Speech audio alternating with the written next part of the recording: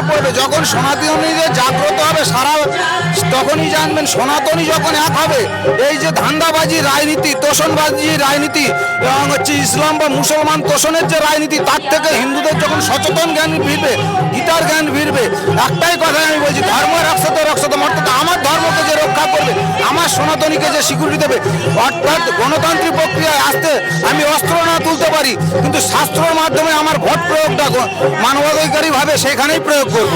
শুনুন, এই যে তোষণবাদী রাজনীতি, অর্থাৎ হচ্ছে যে বর্তমান শাসক দল যেভাবে এই ওয়েস্ট বেঙ্গলে হিন্দু সমাজের প্রতি অন্যায়, অবিচার এবং ধর্মীয় মেরুকরণ যে সিস্টেমটা তৈরি করেছে, সেই সিস্টেমের বাইরে যাওয়ার জন্যে আজ কিন্তু মানুষের গীতা বাড়ি বাড়ি পড়া দরকার, গীতা চর্চা করা দরকার। আমাদের বিশেষ করে হিন্দু মা বোনেদের অবশ্যই, কেন লাভ জিহাদের শিকার বর্তমান মমতা ব্যানার্জি সরকারই বেশি হচ্ছে, এবং আমরা যদি এখনো শিক্ষা না নিই, পাশের দেশ